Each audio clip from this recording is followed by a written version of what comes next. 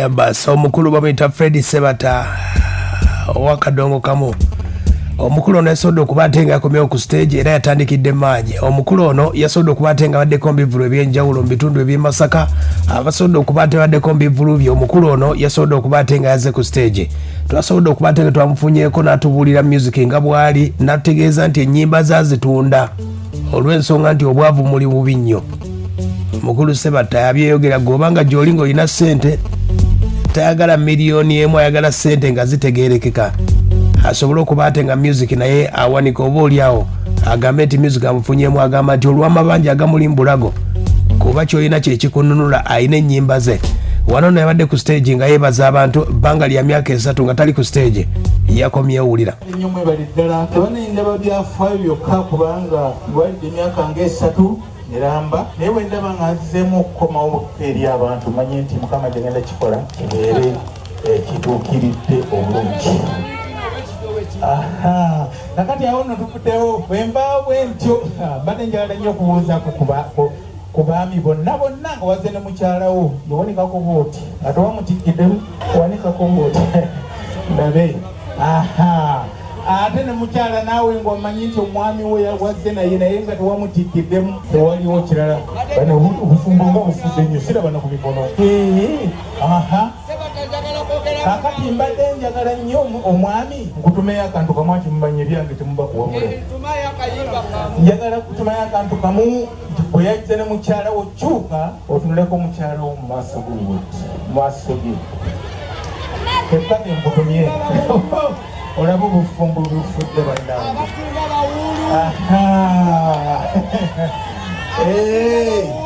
Ate era omwami nkyakwongera njagala obanga omaze okukyuka n'omutunako bwotyo mu maaso muŋŋambire akagambo kamu nako tekeesittaza muŋŋambire nti maama bufumbi.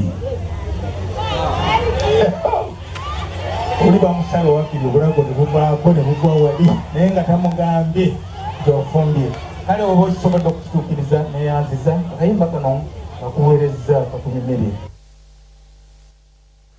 Ye mukulu oyo Fred Sebatta nga akomyewo ku stage yatandikiddemu mpola mpola naye nga amaanyi matonotono ennaku zino era ennyimba ayimbawo ntonotono ku stage naye nga yakomyewo mu nteekateeka eyo. Omukulu Sebatta twamufunyeeko wano okutubuulira ku nteekateeka z'ayinawo n'ategeeza nti ennyimba zazitunda olw'ensonga. Owulira bulungi wano. Nedda ekyennyimba sijja kukikoona ku ssaawa eno kuba kati n'omulamwa gujja kubula singa nkikoonako. Ngambye sijja kukikoonako wadde akatono kubanga nze naavudde nekugamba nti waliwo yanziba naye nze wendiba nga ntusiza ekyennyimba era nakati woba olina azigula mumpe azigule olyoka otegeere ensobola zitunda kubanga bwebugaga bwange byenina nyingi kati gwenzigamba omwana omuto ojja kulowooza nti kunamidde. Ennyimba teziringa bijanjalo byogenda linoga nti payi bya 100 naye ennyimba si bwe ziri. Oluyimba lumu luyinza okutwalira omwaka mulamba nga oluyiiya nga tunalufuna. Kaakati kyeŋŋamba kiti ennyimba zange era wenkugamba gwegenda oleeta omuntu nga yeetegese bulungi omanyi waliwo okuleeta abantu nti bwe batyo nga teyeetegese genda omugambe nti Sebatta yagambye ennyimba ze ayagala ozifunamu ssente. Kati ate ekyange kyekinunula naziya kubeerawo bibeerawo bimuli bazitunda lwakwagala kwange kuba kyange. Ebyo byawolokose kubanga byandibadde biri gazette bulungi. Okitegedde gwe alina ssente nga bwesobola Fred Sebatta ennyimba zazitunda ze wali owuliddeko zonna byonna mubimanyi lwaki azitunda. Agambye kyolina kyekikununula.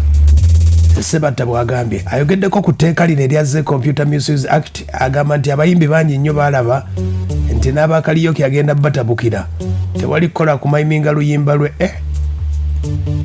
Sebatta ayagala ssente gwe wulira.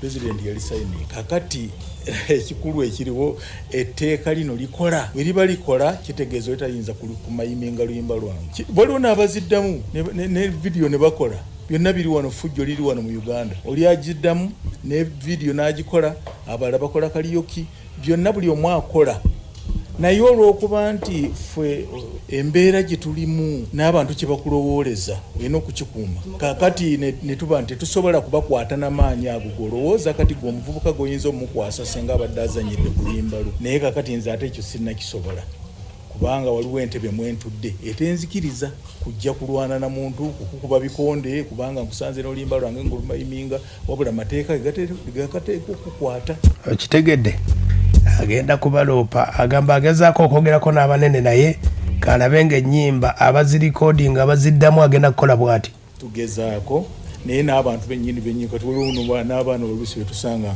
n'omutunuulira bwoti naye nga tamanyi kakati naye nga yali ku luyimba lunaga nti muzeeyi kayimbako nakazeemu ng'alaba ekyasanyu nnyo ate nga tekinsanyusiza naye ate ekyokugamba amangu ago mba sikirina oba nkugwe mu bulago